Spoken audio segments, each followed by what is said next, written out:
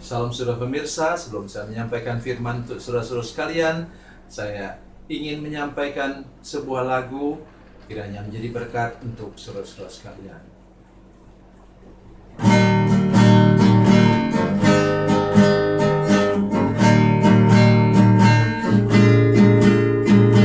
Kasih dan persahabatan dalam kasih Yesus Tuhanku, kasih yang setia berkorban,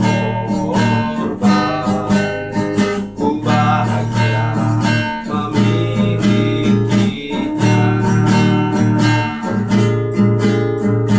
Kasih yang tak membedakan,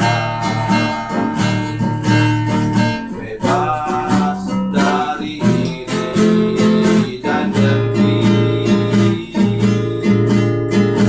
jauh dari cemburu dan benci, rendah hati, tulus dan murni.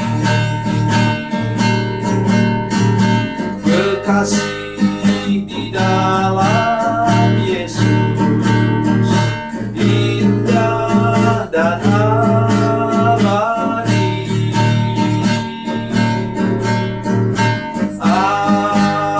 Anugerah dari Tuhanku di dalam kasih dan darahnya.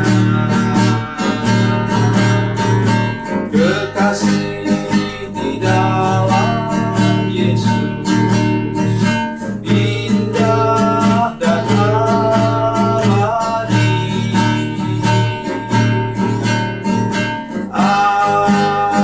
Anugerah dari Tuhanku di dalam kasih dan darahnya.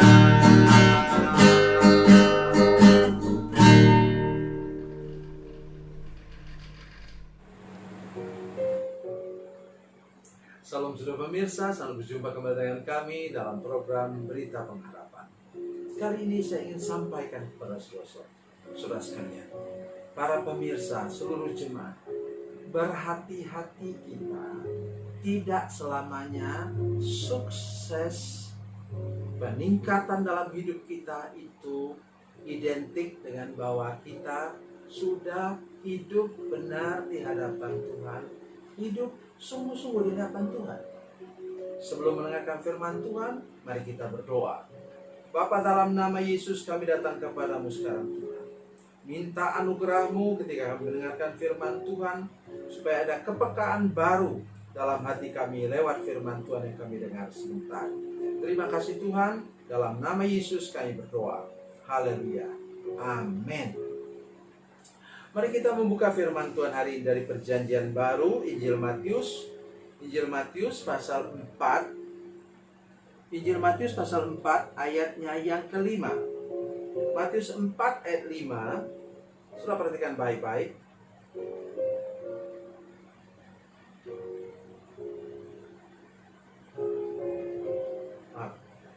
Pasal 4 ayat 8.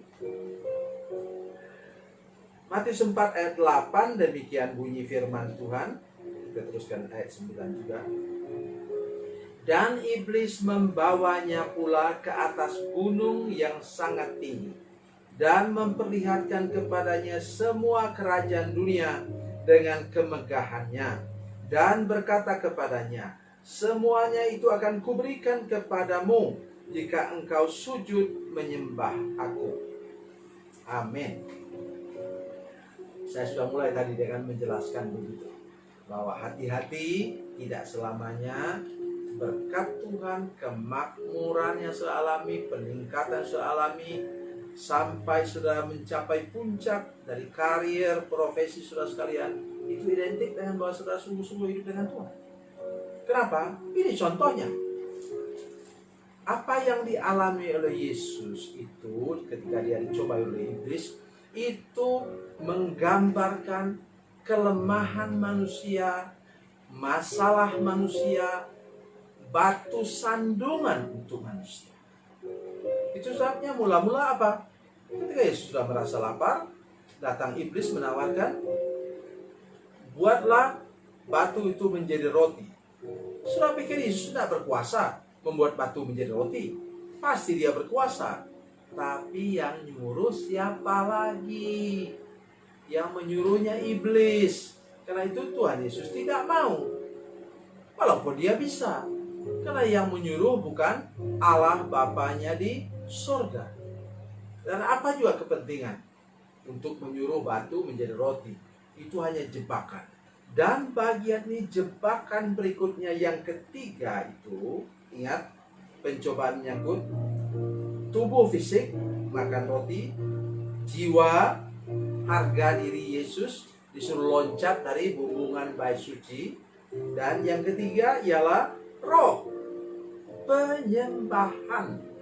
Dan sudah perhatikan di sini bahwa iblis membawa Yesus pula ke atas gunung yang sangat tinggi dan memperlihatkan kepadanya semua kerajaan dunia dengan segala kemegahan.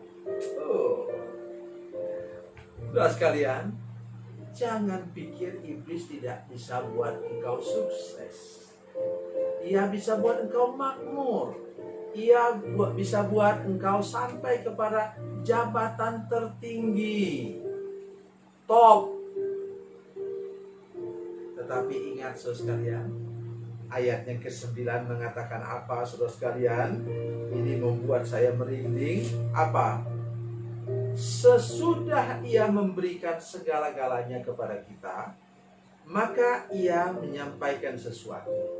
Dengar baik saudara-saudara sekalian, seluruh jemaat, seluruh pemirsa yang sedang dengar firman Tuhan ini. Dengar baik-baik. Catat dalam pikiran hati saudara sekalian. Kalau perlu catat benar-benar dalam sebuah buku, supaya sudah tidak pernah lupa. Apa katanya sudah itu? Dan berkata kepadanya, iblis berkata kepadanya, semuanya itu akan kuberikan kepadamu jika engkau apa? Sujud menyembah aku. Jadi ujung-ujungnya ialah penyembahan kepada iblis. Karena sudah kadung dapat berkat, kadung dapat jabatan baik, kadung dapat segala sesuatu yang sudah mau, maka sudah menyerah. Nah, sekarang sembah saja iblisnya. Nanti kan bisa bertobat lagi. Siapa yang bilang? Jadi sudah sujud menyembah kepadanya. Karena sudah terlanjur terikat kepada segala macam pangkat dan jabatan, kekayaan dan kehormatan yang diberikan oleh iblis. Mari kita melihat tandingannya. Kita tidak bisa hanya bicara tentang hal yang negatif saja. Mari kita baca Wahyu pasal 21. Oh, luar biasa. Wahyu pasal 21.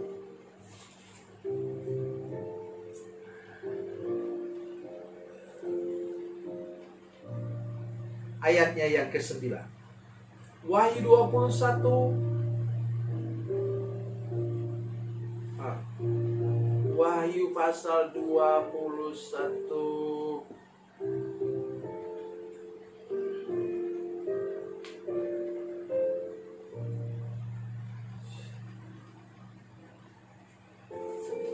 Ayatnya yang ke-10.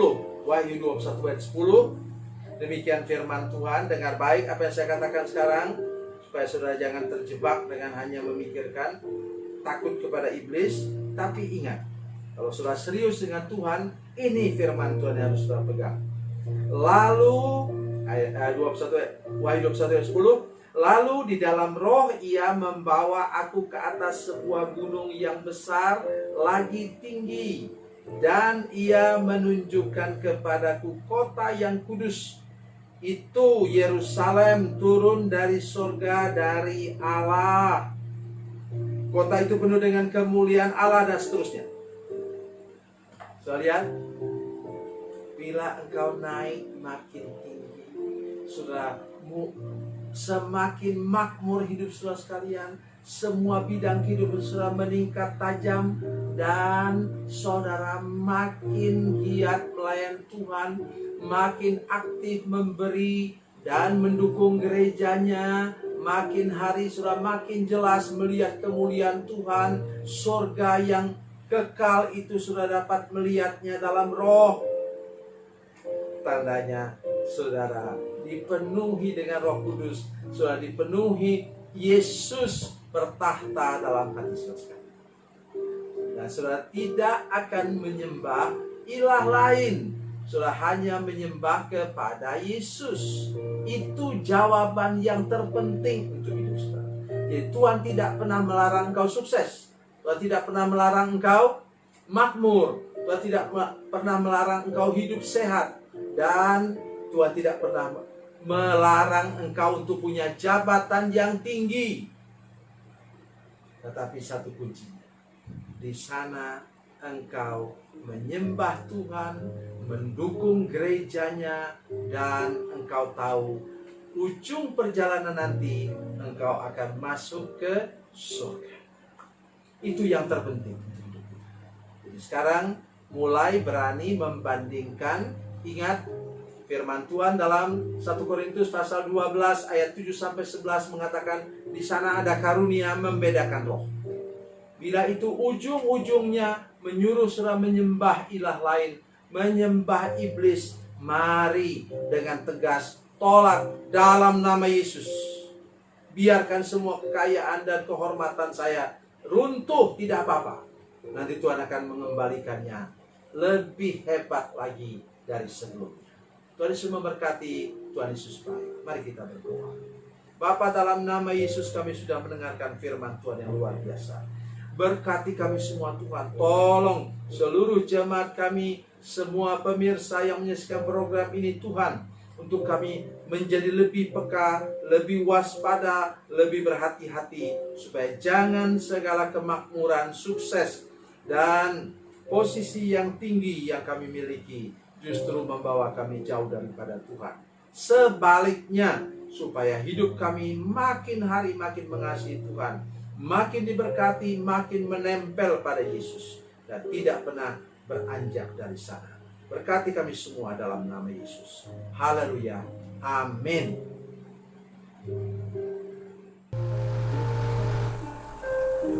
Bila Anda memerlukan dukungan doa kami, atau bila Anda punya masalah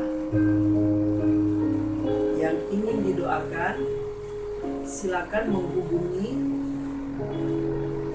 nomor telepon kami 0812 7661 1125. Dan bagi Anda yang berada di luar negeri, silakan menghubungi +62 812 7661 1125. Tuhan Yesus memberkati, Tuhan Yesus baik.